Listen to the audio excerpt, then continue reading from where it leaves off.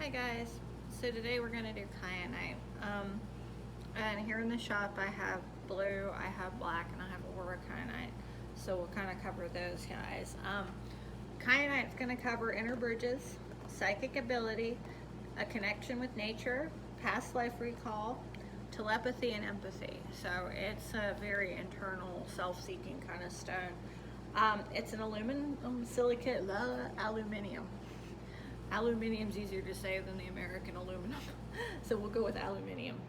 It's an aluminium silicate mineral with an unusual hardness quality. It's measured along the axis of the crystal, which is the up and down. The hardness is 6 to 7, but it can be very fragile if you try to do it the other way. And I say that because let me show you a piece of it. See how they fan out? So your hardness is going to be through here where it's tougher, but these little blades are more fragile. So those are going to have less of a hardness to them. So you just want to be aware of that, especially when you're dealing with your kyanite. And again, it's kind of a interesting and fragile material. If I remember right, I don't think it likes water, but I can't be positive about that, so just be mindful just in case. That may be something to look up for yourselves to see. My book doesn't say. Let's see here. It comes in all kinds of colors. There's blue, indigo, green, black. It can be white, pink, yellow, and gray. It's usually found in Brazil, South America, Switzerland, Burma, Kenya, Mexico, and the United States, so all over the place. Let's see. So, the book starts out with blue kyanite, so we'll roll with those. Blue kyanites, like these guys. See? That's a blue one. And that's a blue one. But they have a high vibration. They create very rapid transfers of energy. They open psychic channels and activate the mind centers. They accentuate one's mental capacities. Let's see here. It helps to kind of link the physical and the unseen. So that's a cool thing. Let's see here. Green kyanite's going to help with your heart and truth. I don't have any of it right now. There's also brown kyanites. Let's see here, or orange. They're kind of an orangey brown. They're almost the same color as argonite. Let's see here. So I also have the aura kyanite, which is going to be black kyanite with that aura coating. We've talked about the aura coating in other videos. It's a rainbow kind of coating. It's where small particulates of metal are basically joined to the surface of a stone, creating this rainbow effect. It almost looks like bismuth on this, but it's not bismuth. These guys are kyanite. Let's see here. Because you can actually see you got little stabby bits, and your black kyanite doesn't want to cooperate. Okay, see these guys together? It's the same animal, it's just you have your aura coating on these guys. And the aura coating is going to add some strength to it.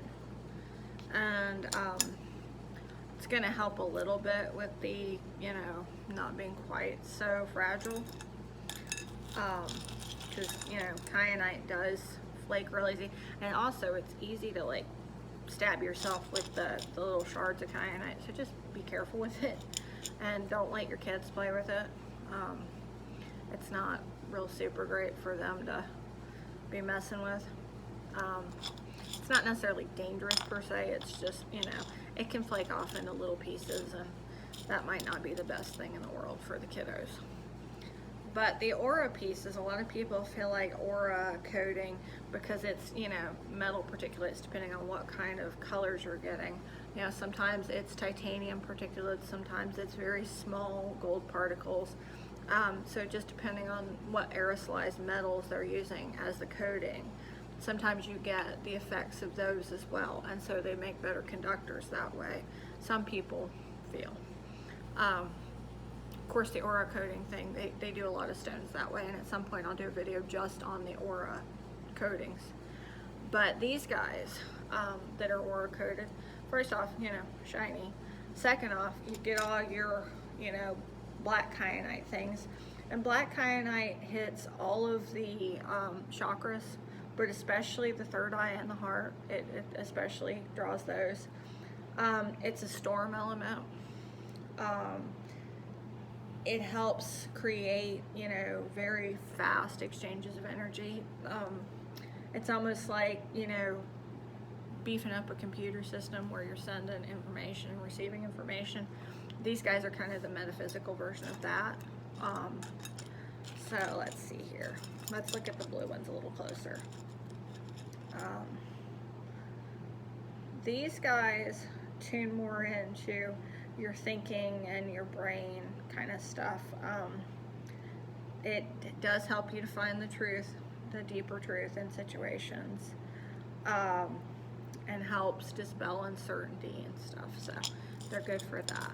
And a lot of people like to make jewelry out of these kind of blue ones. They're real pretty, some of the pieces. It's hard for me to show you that one right now, but I'm gonna try anyway.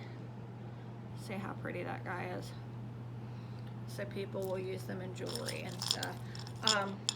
They're good crystals to put on your altar if you're trying to manifest clarity and you want, you know, a little bit of help with that. You can put them on your altar while you're doing your workings, that kind of thing. Let's see.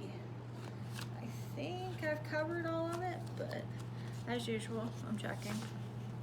I want to make sure you guys have all the tools you need. Says that it can help bridge energy gaps caused by bone breakage, surgery, or intrusive trauma. It helps the nerves kind of rebuild themselves. And we've talked about the physical side of crystals and their healing properties.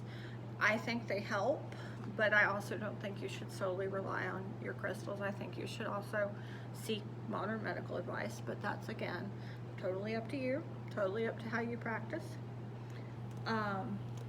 I do think, you know, if somebody's been through trauma or whatever, giving them a crystal that may help with what they've been through isn't going to hurt them. You know, giving someone a rock or a crystal never is going to hurt them. So if you're doing that in addition to, you know, the care they're receiving or their physical therapy or whatever, you know, you can give them that as a gift with your intention, and it's not going to hurt and might even help. Let's see here. And I think that emotionally, they definitely help. I feel like my crystals are, you know, something that's very helpful in my day-to-day dealing with emotional interactions. So it does stand to reason that maybe it helps in a beneficial, you know, physical way as well, even if the emotional side of things helps the physical healing more. So just, you know, it doesn't hurt. Let's see here.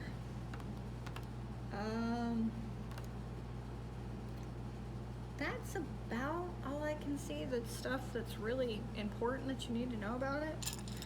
Again, you know, just be mindful that it's kind of fragile. It, you know, grows in these layers kind of, and you know, you don't want to slam it around. You don't want to be mean to it. And when you're cleansing these guys, I would use, you know, regular moonlight or your selenite, you know. And you can smudge them with your sage or whatever too, that's fine too. But not with the water so much. And I wouldn't put them in earth or sand just because these little cracks in them will pick up other particles of things. And you don't necessarily want that because a lot of those particles are going to be quartzite and other minerals that are going to embed themselves. And unless that's the effect you're looking for, you don't necessarily want to do that. So when you cleanse them in a more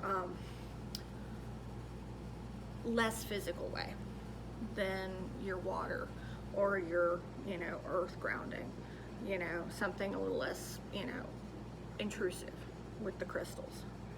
All right, folks, so thank you for watching, as always. You know, we're here at the Cat and the Crow. It's Sunday today, so we're only here till 4, but you guys know if you got any questions, we're always happy to help.